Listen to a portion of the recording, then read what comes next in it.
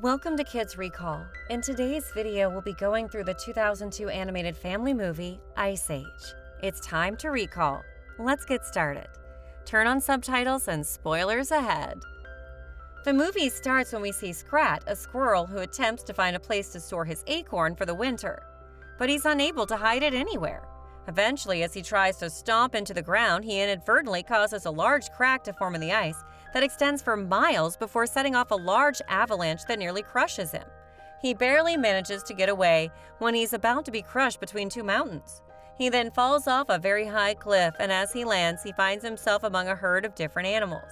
The naughty bird finds himself getting stepped on by a herd of historic animals migrating south in order to escape the forthcoming ice age. These animals are moving to another place in order to get away from the invigorating cold that is coming. Among these animals, the most noticeable is the biggest of them all, and that's a mammoth. In the movie, we know him as Manny. Manny makes good use of his size and doesn't care about being in a herd, so he makes his own way all alone. But when he sees a sloth named Sid, he gets to know that he has been left behind by his family. He is now all alone, so he decides to move on just by himself. He, however, ends up messing with one of the deadliest animals out there and is attacked by a pair of brontosaurs after accidentally ruining their meal and making them angry. As they chase him, he runs into Manny and begs him to save him from the rhinos. Manny finally agrees to help him as he fights off the rhinos. He gets unbalanced and both of them end up falling off a mountain. Manny is then threatened by two rhinos who dare him to come up the hill again. Sid then begs Manny to let him tag along, and Manny does not feel like it. The scene shifts and we then see a family of humans who live in a very small town of theirs. There we see two smilodons. One of them is named Sato and the other is the leader, Soto. The leader of the smilodon pack wants revenge on a human tribe for killing half of the pack. He then orders Diago to bring him the child's infant son named Roshan. Manny, on the other hand, sees that the weather is very bad, so he manages to find a nice place to spend the night. Sid tries his best to light the fire, but it starts to rain, and it goes in vain. It keeps hailing the whole night, and Sid spends the whole night in the storm. On the other hand, all the smilodons attack the human town. The dogs start to bark and wake up all the humans, and they come to defend their town. Diago gets into the town where the infant child is. However, Roshan's mother carries him away from the town, and all the smilodons trap the humans.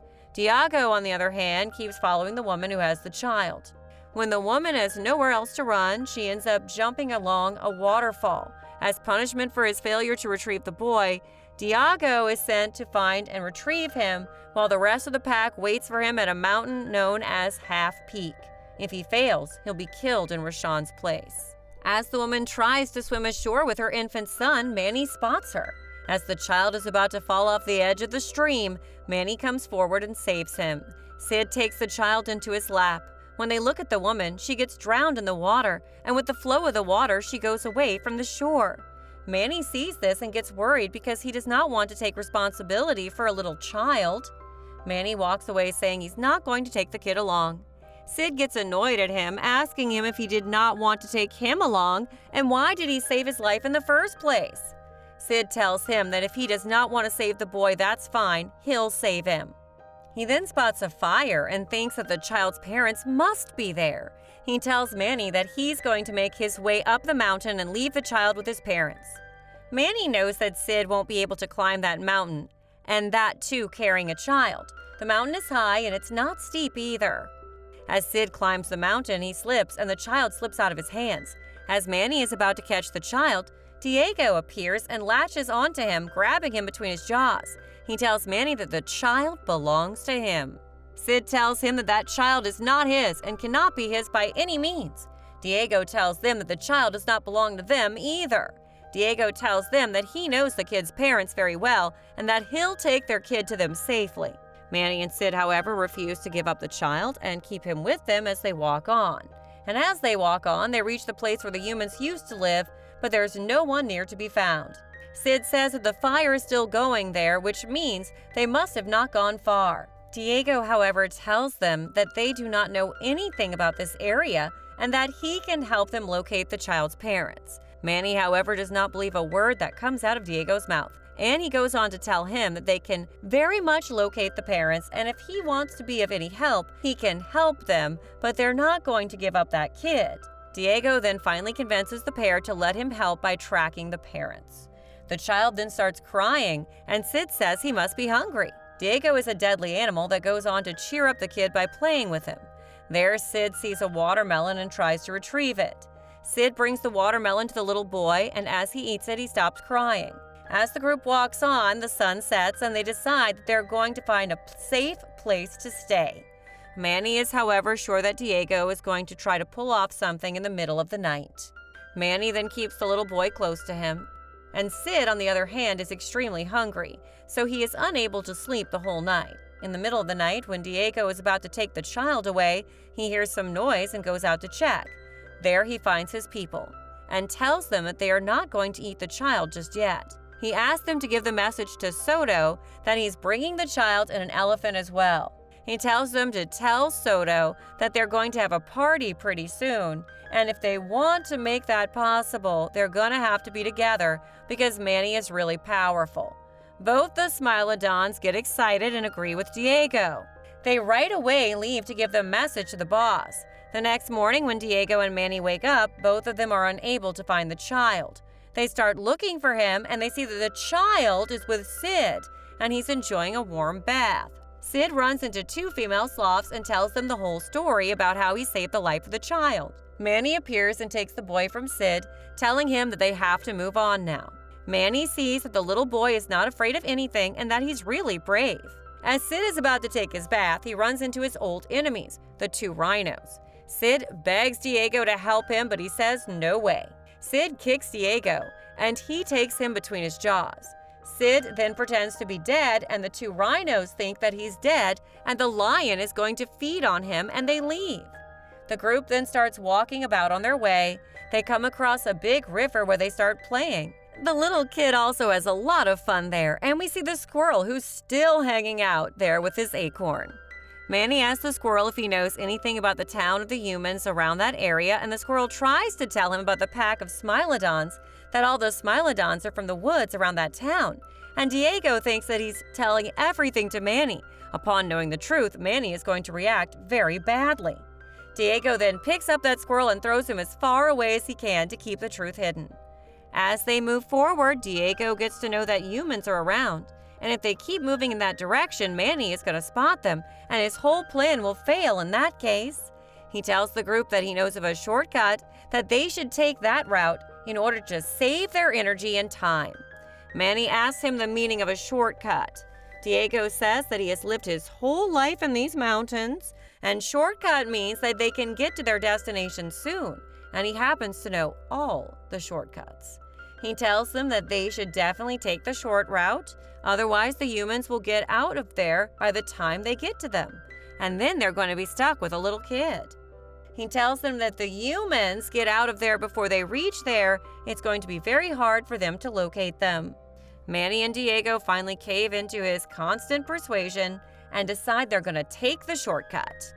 The four travel on, with Diego secretly leading them to Half Peak, where his pack is waiting to ambush them. After encountering several misadventures on their way, the group reaches a cave with several cave paintings. There, Sid and Diego learn about Manny's past and his previous interactions with the human hunters, in which they slaughtered his family, consisting of his mate and child, leaving Manny a depressed loner. Manny learns that his parents were killed by humans, and that could be one of the reasons he's never liked humans. The little kid sees that Manny is sad and right away goes on to give him a big hug.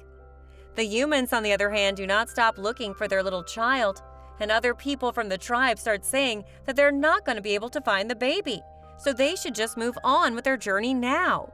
The group, on the other hand, almost reaches their destination, Half Peak, only to encounter a forming river of lava.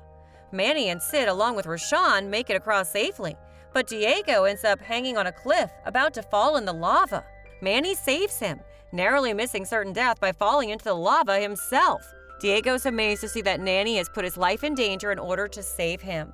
He asks Manny why did he save his life, and Manny tells him that's what friends do.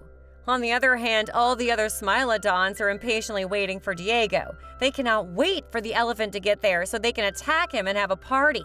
The night is very cold, and it's snowing out there, and all of the animals in the herd start to get cold. They're afraid that the little kid might get sick, so they decide to stay in a cave where Sid starts to draw himself on the wall. He says that he's making that drawing because he wants future generations to remember him. As he tries to paint the drawing with a stone, the stone lights up and fire erupts. This is a blessing for them in the cold night, and Sid starts to claim to be the most intelligent of them all. The herd takes a break for the night, and Rashawn takes his first walking steps towards Diego, who starts to have a change of heart about his mission. When all of them are asleep, the squirrel appears and tries to melt his acorn in the fire.